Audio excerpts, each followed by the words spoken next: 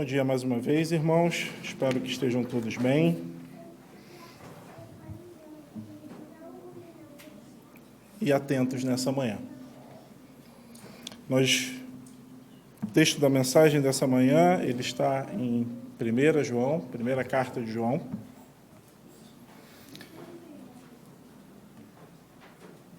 E nós leremos o capítulo 1. Antes de ler o texto de hoje, eu espero que os irmãos estejam sendo tão abençoados quanto eu tenho sido com a série de mensagens que o pastor Maurício tem pregado aqui sobre teologia pactual batista. E se você, porventura, tem a impressão de que não tem sido tão bom para você, eu sugiro que você ouça novamente. Eu tenho o privilégio de morar longe, que me permite ter 1h30 no carro para pensar e conversar sobre essas coisas, principalmente com os meus filhos. O meu objetivo hoje é falar sobre comunhão. Essa palavra que a gente ouve tanto e que é essencial para quem faz parte do corpo de Cristo, para todo crente, membro de uma igreja local, já que nós sabemos que somos membros do mesmo corpo, sabemos que temos funções diferentes, sabemos que não podemos escapar da responsabilidade que temos sobre a vida uns dos outros. E é aí que eu lembro que o pastor Maurício já falou em mensagens atrás, que a nossa teologia é a teologia de Cristo e não a teologia de Caim.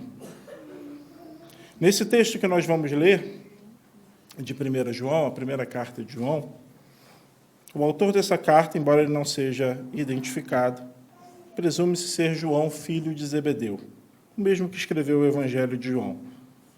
Nesse momento ele já está em idade avançada, costuma-se localizar o momento da escrita da carta entre o ano 90 e 95 depois de Cristo, e ele exerce e escreve a igreja sobre as quais ele exerce um papel de supervisão, uma série de igrejas em casas que formavam uma comunidade, muito provavelmente nos arredores de Éfeso.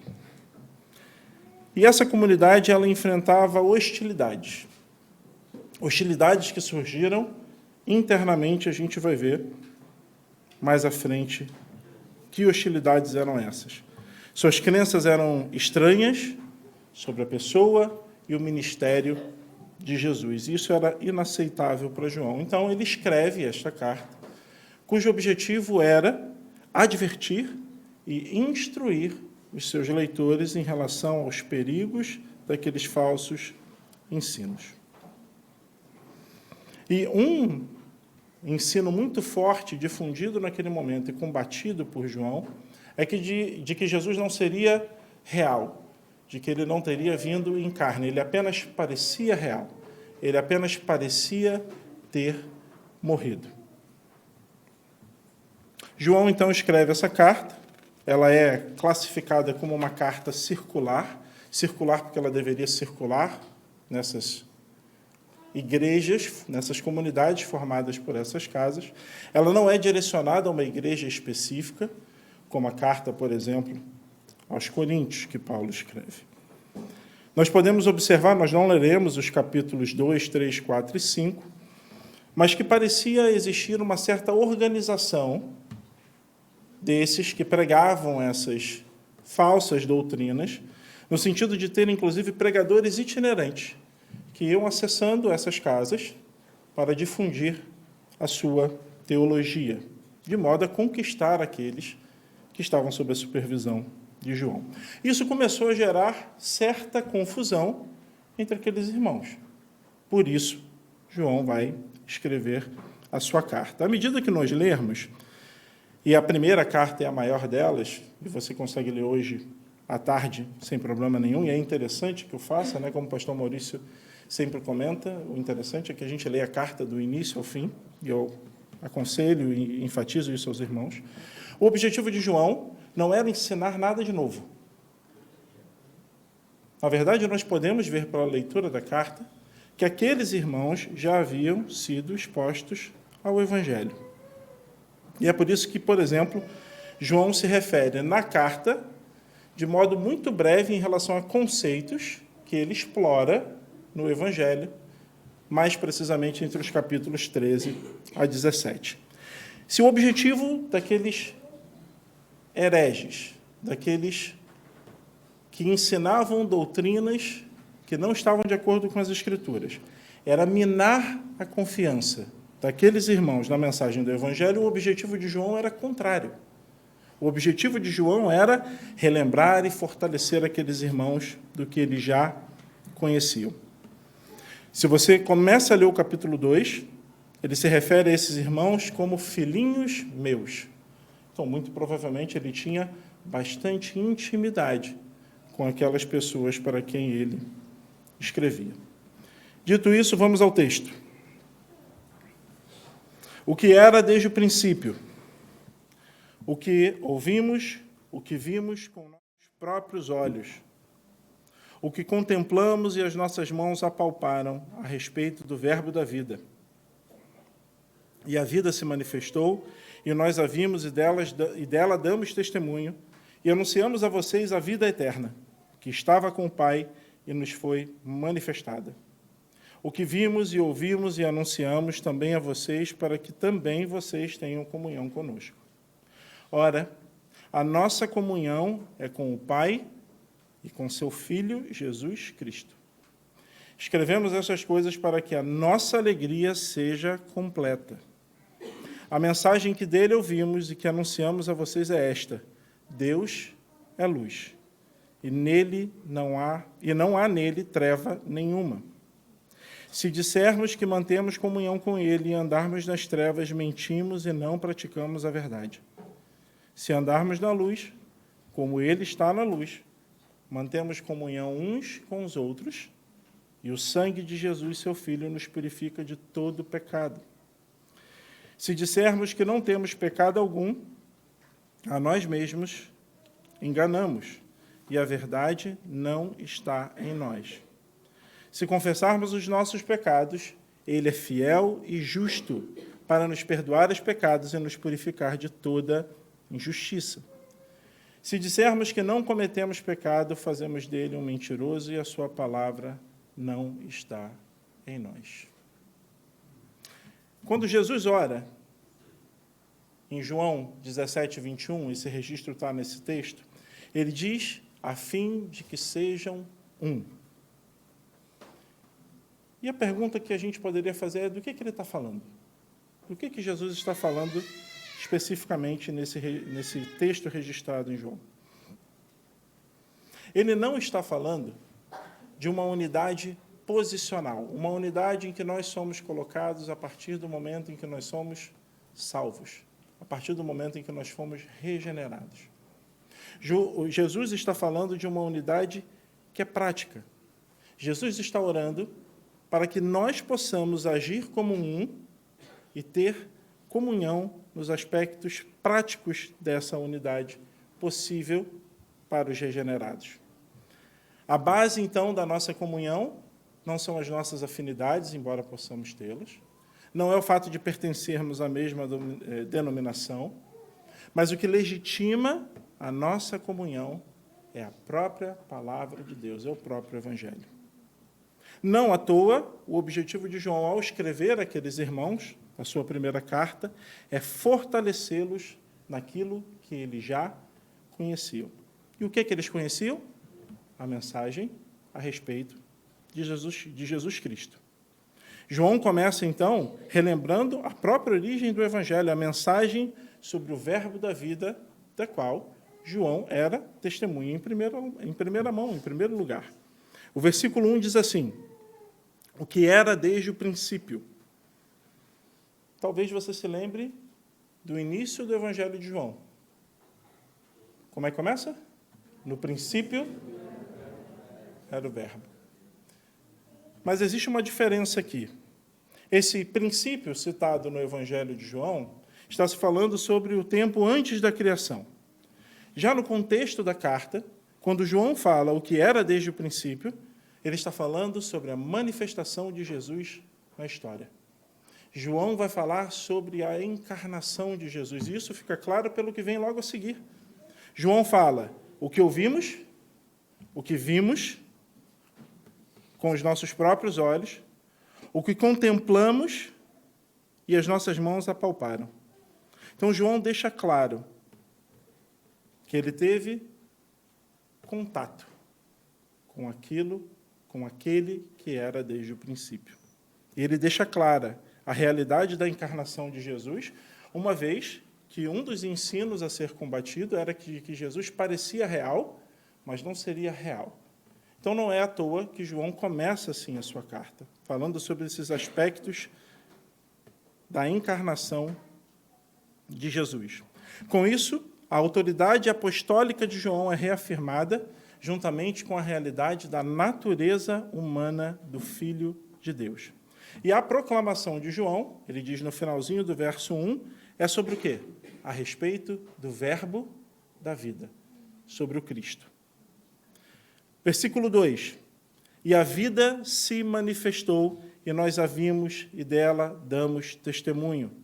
E anunciamos a vocês a vida eterna que estava com o Pai e que nos foi manifestada.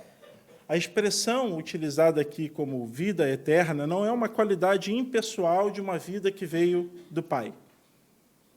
Ela caracteriza o próprio Filho, que estava com o Pai e através de quem nós temos a vida eterna. João, mais uma vez, vai reforçar os seus conceitos que aqueles irmãos já conheciam, mas que eram necessários para combater aquelas crenças falsas que estavam sendo divulgadas no meio daquela igreja.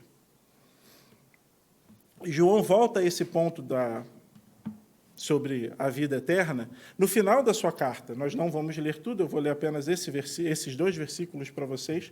Quando João, no capítulo 5, diz assim, 1 João capítulo 5, versos 11 e 12, e o testemunho é este, que Deus nos deu a vida eterna, e esta vida está no seu Filho. Quem tem o Filho, tem a vida. Quem não tem o Filho, quem não tem o Filho de Deus, não tem a vida. A vida eterna foi manifestada a nós, e João relembra aos seus leitores. A vida eterna foi manifestada a nós pelo Filho. Vocês devem se lembrar que, depois de um duro discurso de Jesus, ele faz uma pergunta aos seus discípulos, se eles também não gostariam de deixá-lo e de seguir com os demais.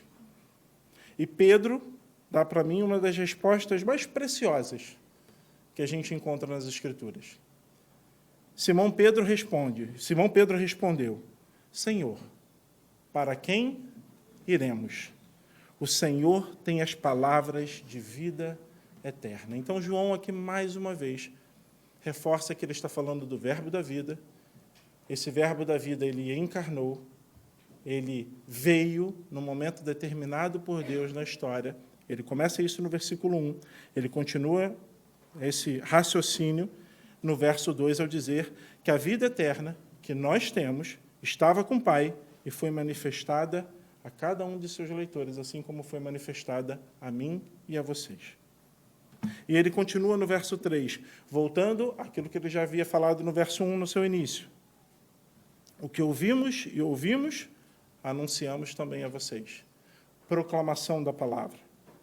Para que também vocês tenham comunhão conosco.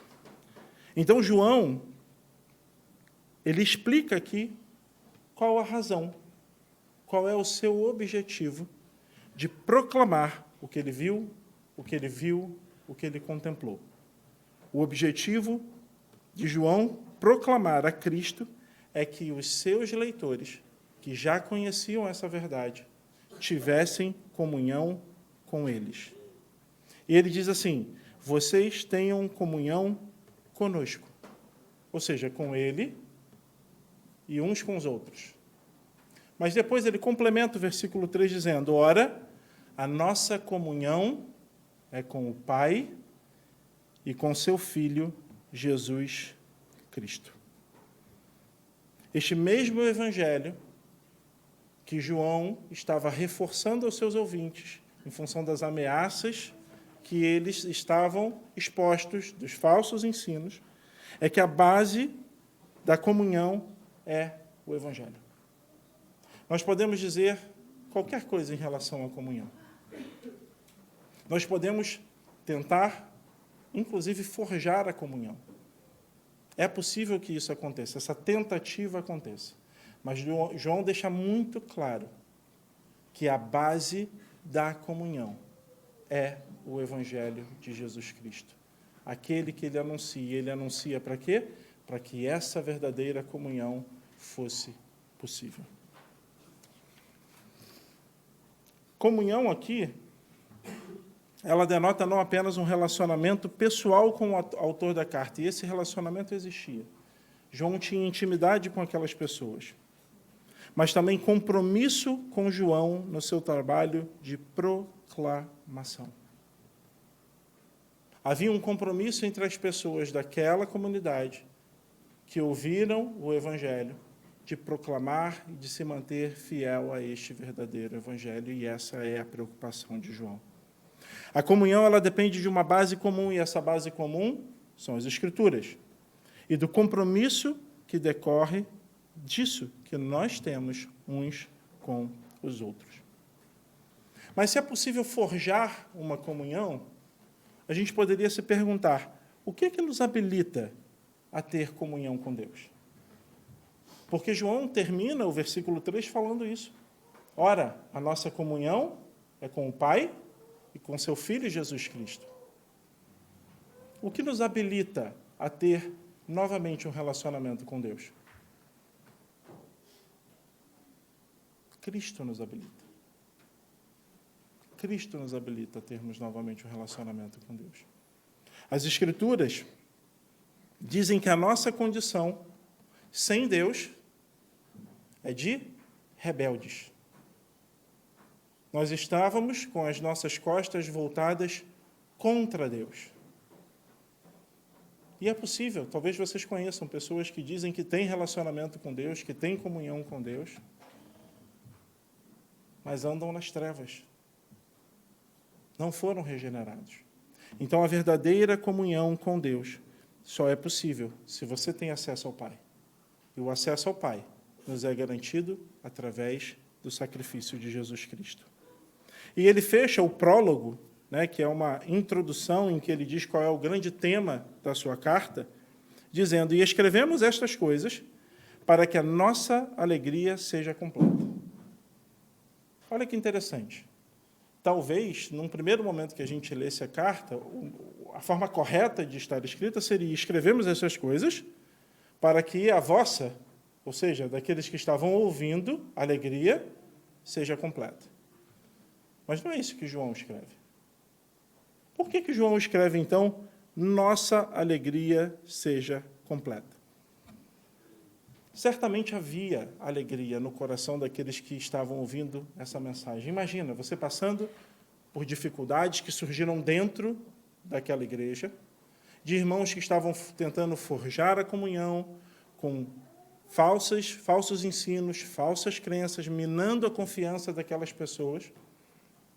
E eles ouvem essa carta que reforça a verdade do Evangelho em seus corações. Certamente eles tiveram muita alegria ao receber essa carta. Mas é interessante notar que João escreve nossa. E ele faz isso porque ele reconhece que a sua própria alegria, a alegria de João, não pode ser completa se os seus irmãos, sobre quem ele tinha responsabilidade, estão em perigo de se afastar da verdade ou se envolverem em relacionamentos, em comunhão forjada com aqueles que não andam na verdade. Então, João fala sobre o que ele estava anunciando, ele testemunha que ele viu, ouviu, tocou, e ele diz, deixa claro que ele está falando sobre Jesus Cristo, o Filho de Deus encarnado. Ele desenvolve e ele chega no final e diz que ele pega esse Cristo, essa verdade dessa mensagem, e proclama para que aqueles irmãos tivessem comunhão, e ele finaliza dizendo que o objetivo dele fazer isso é para que a alegria dele fosse completa. João sabia da necessidade que aqueles irmãos tinham e da responsabilidade que ele tinha em alertá-los dos perigos que eles corriam. João sabia que qualquer comunhão que os santos tivessem com aqueles que pregavam os falsos ensinos não poderia produzir nada de bom. E João, então, segue. No versículo 5 ele escreve: Ora, a mensagem que dele ouvimos e que anunciamos a vocês é esta: Deus é luz e não há nele treva nenhuma. Depois da introdução sobre o que ele vai tratar na carta, João agora define qual é o conteúdo da sua mensagem. A mensagem que dele ouvimos e que anunciamos, o Evangelho, é essa: Deus é luz. Se você olhar a carta de João, capítulo 1 ao capítulo 5, do capítulo 1 até o capítulo 3, versículo 10, João vai desenvolver esse conceito: Deus é luz. E ele passa, nesse mesmo tema, abordando vários quesitos, vários pontos de vista, contraste, luz e trevas, contraste entre quem confessa os seus pecados e quem diz não ter pecados. E do capítulo 3, versículo 11, até o final do capítulo 5, ele vai trabalhar outro conceito, que é Deus é amor. Deus é luz, Deus é amor. São grandes temas da carta de João. E João fala que Deus é luz. João está destacando o caráter de Deus.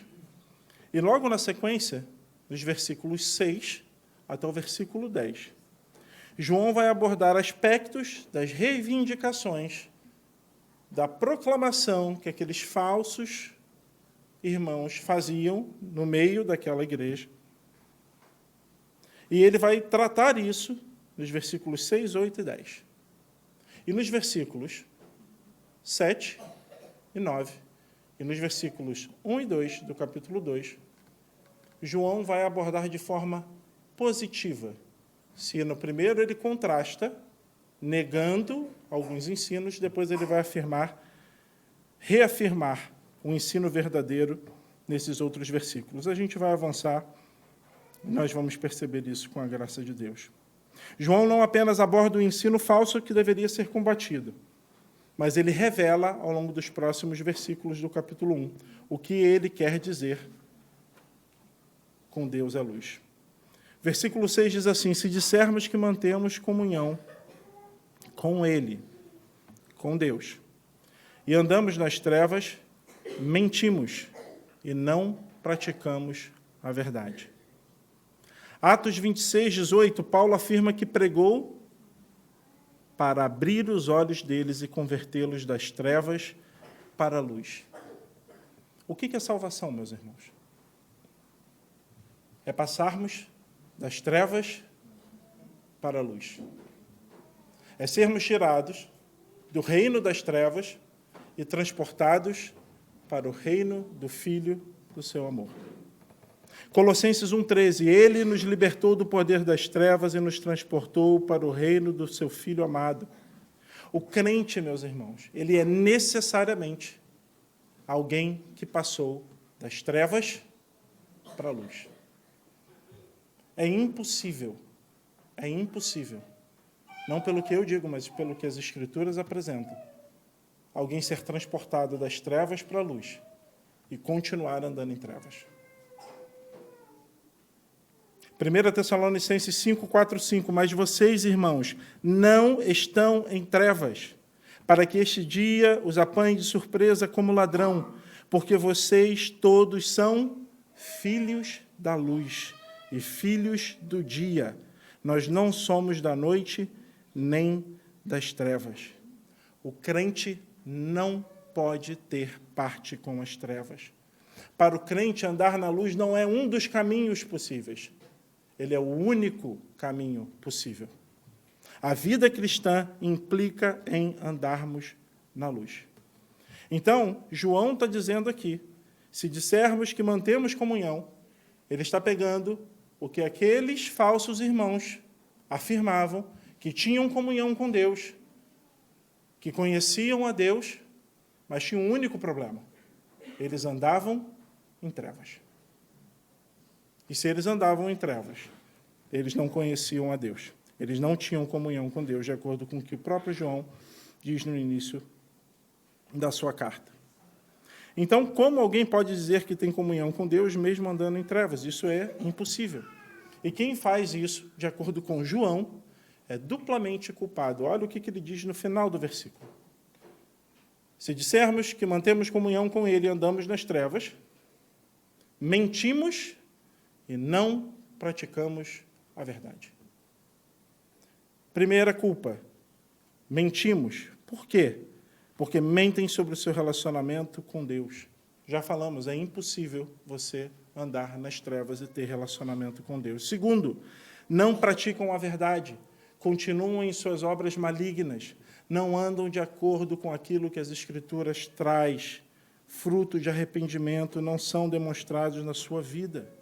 Mas, ainda assim, eles insistem em afirmar e forjar uma falsa comunhão, dizem ter uma falsa comunhão. E o próprio João, logo no capítulo 2, versículo 19, ao falar desses que saíram, que antes estavam no meio, que tinham crenças e ensinos estranhos e que estavam afetando os irmãos com quem João tinha verdadeira preocupação, João escreve: eles saíram do nosso meio, mas não eram dos nossos. Porque se tivessem sido dos nossos, teriam permanecido conosco, mas eles se foram, para que ficasse manifesto que nenhum deles é dos nossos. Então, João fala, reforça, para dizer o seguinte: eles não eram dos nossos. Eles não eram crentes. Eles dizem ser, eles dizem conhecer a Deus, mas eles não conhecem, não têm comunhão com o Pai, nem com o Filho. Vocês já ouviram aquela história do pato? Talvez sim, né? Em algum momento da vida de vocês. Você olha para um animal e você olha, parece um pato. Tem os pés de um pato, tem a peninha branca de um pato, ele grasna, é o barulho que o pato faz, como um pato, só que só tem um problema com esse pato. Ou como meu filho diz, que ele agora ama usar aspas, com esse pato. Qual é o problema? É que ele não é um pato. Então você olha para aquela pessoa, ela fala como um crente, ela está no meio como um crente, ela canta, muitas vezes, como um crente, mas, no final, veja só, ela não é um crente. Quando você olha para a sua vida, você não vê as marcas de um verdadeiro crente. Você não vê frutos de arrependimento e de uma vida piedosa. Então, não adianta eu dizer, vocês dizerem, que tem comunhão com Deus, se nós, de fato, não temos comunhão com o Senhor. E essa comunhão é reservada aos regenerados, aqueles que foram trazidos das trevas para a luz.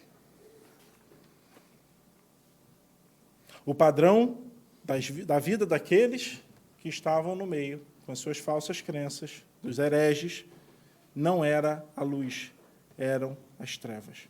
E quem diz isso é o apóstolo João. Aí, no versículo 7, ele traz uma contraposição positiva, ele vai afirmar algo positivo. Ele diz, olha, eles dizem que têm comunhão, mas eles andam em trevas. Eles são mentirosos e não praticam a verdade. Se andarmos na luz, como ele está na luz, mantemos comunhão uns com os outros, e o sangue de Jesus, seu Filho, nos purifica de todo pecado. Andar na luz não significa não ter pecados. Andar na luz não significa uma vida de perfeição. Porque se você não tem pecado, o sangue de Jesus não seria necessário para você e você estaria contradizendo a própria afirmação de João. Andar na luz, e só pode andar na luz quem foi trazido para a luz. Lembre-se que nós estamos trabalhando com essa base. Só é possível andar na luz aqueles que foram trazidos para a luz. E andar na luz sugere uma disposição de estar aberto a Deus e a sua revelação em Cristo, o que só é possível para quem foi regenerado. A situação aqui é oposta do verso 6, em que aqueles que fingiam uma comunhão eram mentirosos. Nós, que andamos na luz, mantemos comunhão uns com os outros. Nós mantemos comunhão uns com os outros. Temos comunhão com Deus, e ter comunhão com Deus nos habilita a ter comunhão uns com os outros. Segundo, o sangue de Jesus Cristo nos purifica de todo pecado. Andar na luz me habilita a ter comunhão. Andar na luz, João afirma que o sangue de Jesus, seu Filho, nos purifica de todo pecado. E aí a gente poderia perdoar, mas os meus pecados não foram todos perdoados na cruz? Será que aquilo não foi suficiente? Certamente. Não há a menor dúvida sobre isso. O sacrifício de Cristo na cruz foi definitivo. A questão é que o crente, ao contrário daquele que anda em trevas, diante do Senhor, ele sabe que ele não pode esconder o seu pecado. Nós estamos na luz, nós estamos expostos diante do Senhor. E nós fazemos o que fazemos aqui, todos os domingos, como modelo daquilo que nós devemos ter na nossa vida devocional. Nós confessamos os nossos pecados, na certeza de que eles já foram perdoados pelo Senhor. Ele avança no versículo 8 e diz o seguinte: se dissermos que não temos pecados, e ele volta mais uma vez nos falsos ensinos daqueles irmãos. Eles tentavam forjar uma comunhão e eles também diziam que não tinham pecado nenhum. Se dissermos que não temos pecado nenhum, a nós mesmos enganamos e a verdade não está em nós. A segunda questão que envolvia aqueles irmãos é que eles diziam que eles não tinham pecado. E a questão aqui não é que eles negavam que diziam que tinham nascido sem pecado. A questão não era essa. A questão é que eles diziam que já conheciam a Deus e que, a partir do momento que eles conheciam a Deus, eles não pecavam mais. Essa era a questão envolvida aqui. E João complementa, quando fala sobre essa argumentação desses hereges, ele fala sobre a nós mesmos enganamos e a verdade não está em nós. Então, João está falando que aqueles que afirmam essa heresia, eles estão promovendo o auto-engano. Eles estão dizendo e pretendendo ter um conhecimento de Deus, um caminhar com Deus que eles não têm. E aí a questão de se auto-enganar, e essa é no tempo verbal original, é uma ação em andamento, ou seja, é algo em que eles estão inseridos, e isso é uma prática em suas vidas. Essa ideia estabelecida em seu coração, dia após dia, reforça aquele conceito que eles tentavam proclamar e que, por vezes, afetava aqueles irmãos que criam na verdade. Então, versículo 6, João combate a questão de que, se andamos em trevas, não podemos ter verdadeira comunhão, porque não temos comunhão com o Pai. Isso nos faz de nós mentirosos. A seguir, no versículo 8, diz que, se dissermos que não temos pecado, nós mentimos para nós mesmos e vivemos nesse ciclo de auto-engano. E aí ele avança no versículo 9, contradizendo, mais uma vez, agora com uma afirmação positiva. Se da comunhão era o fato de andarmos na luz, que ele continua no versículo seguinte, aqui, sobre o fato de não cometermos pecado, João afirma positivamente o seguinte: se confessarmos os nossos pecados, ele é fiel e justo para nos perdoar os pecados e nos purificar de toda injustiça. Se aqueles que afirmavam não ter pecado viviam numa espiral de auto-engano, nós, enquanto andamos na luz, reconhecemos continuamente que somos miseráveis, pó, dependentes da graça de Deus. Nós olhamos para dentro de nós e vemos quão grande é o nosso pecado. E nós olhamos para o Senhor e vemos quão imensa, quão maravilhosa é a sua graça.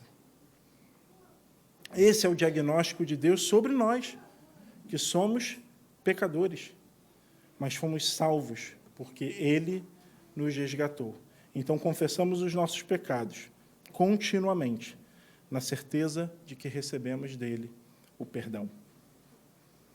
Lembrem-se de Davi, quando confrontado com o seu pecado. O pastor Maurício abordou isso em algumas pregações, se não me engano, no domingo passado.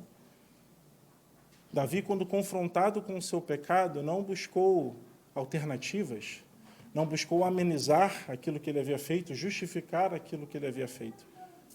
Davi diz: pequei contra ti. Pequei contra o Senhor. Nós confessamos os nossos pecados na certeza de que dele, do Senhor, recebemos perdão. E essa será uma rotina, meus irmãos. Nós, enquanto vivermos aqui, nesse mundo caído, tropeçaremos. Mas isso não faz de nós filhos das trevas. Nós já fomos trazidos para a luz e andamos na luz. Os crentes pecarão. E isso, a mudança de vida se evidencia por uma vida de contínuo arrependimento e confissão, por mais terríveis que sejam os nossos pecados. Maior é a graça do nosso Deus, mais conscientes, à medida que caminhamos, nós ficamos do quão necessitado nós somos e de quão bondoso o nosso Deus é. E o que acontece, então, quando nós fazemos isso?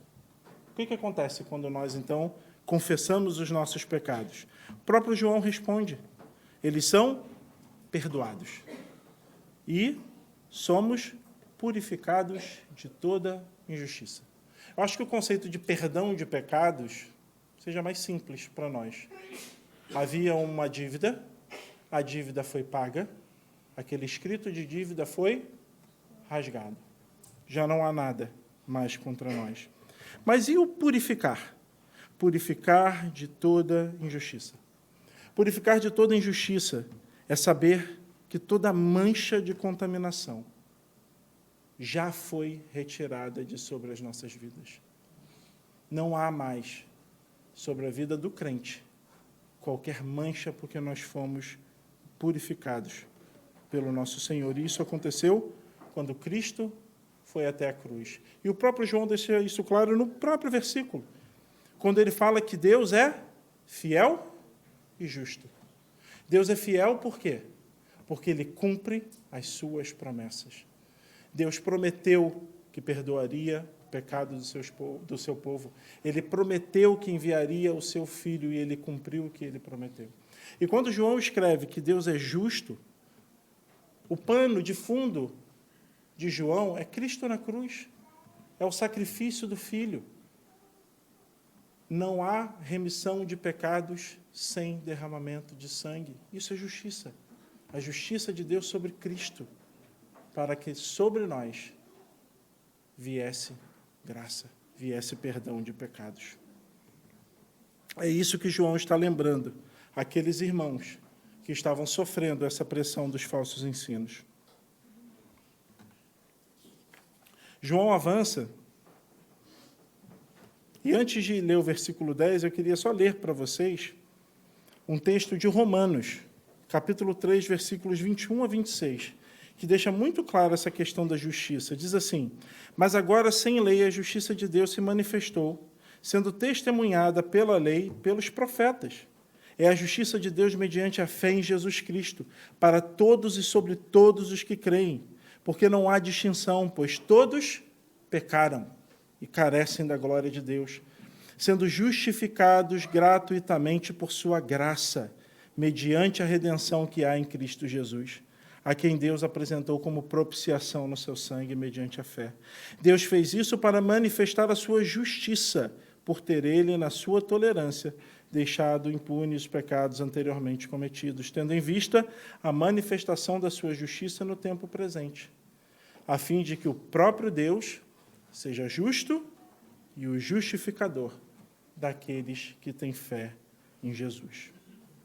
Para fechar, o versículo 10, João afirma, mais uma vez voltando na questão de não cometer pecados: se dissermos que não cometemos pecado, fazemos dele um mentiroso e a sua palavra não está em nós. E aqui é interessante que João retoma a mesma afirmação, Mas se antes ele falava, afirmava que aqueles que falavam isso se auto-enganavam, ele agora vai falar de uma outra consequência. Que além de se auto-enganar, você faz de Deus um mentiroso. Então, como eles afirmavam ter comunhão com Deus? Se, no fim das contas, o que eles estavam querendo dizer é que Deus era mentiroso. E por que Deus era mentiroso? Porque aqueles ensinos eram contrários aos ensinos dos evangelhos. E João faz questão de lembrar isso para aqueles que liam a sua carta. E como essa carta nos abençoa hoje também, meus irmãos. Para destacar, para reforçar, para nos lembrar que só é possível haver verdadeira comunhão com base nos ensinos das Escrituras. Ela é o nosso fundamento. As Escrituras afirmam justamente o contrário. Nós acabamos de ler em Romanos. Todos pecaram e carecem da glória de Deus. João enfraquece mais uma vez os argumentos daqueles que afirmavam conhecer a Deus, ter comunhão com Ele, com os outros irmãos, quando os seus ensinos eram falsos, porque eles eram filhos das trevas. Para finalizar, eu gostaria de trazer breves aplicações. São 5 aplicações. Primeiro, não se esqueçam, a nossa comunhão está fundamentada nas Escrituras. 2, viva de acordo com a verdade proclamada e reafirmada todos os domingos. E lembre-se que você tem o dever, a responsabilidade de multiplicar isso na sua igreja. 3, essa talvez seja a única que vocês vão lembrar. Não pareça um pato. Seja um pato. Não pareça um cristão. Seja um cristão. 4, somos responsáveis pela vida e crescimento espiritual uns dos outros. Isso, João declara, era o que o alegrava, a proclamação do verdadeiro evangelho, com a preocupação, com vistas à preocupação com a vida espiritual daqueles irmãos. Por último, se é impossível que os filhos das trevas tenham comunhão com Deus, o que nós devemos fazer? Proclamar o evangelho. Proclame o evangelho, pois Cristo é a única alternativa para uma verdadeira comunhão. Que Deus nos abençoe. Vamos orar.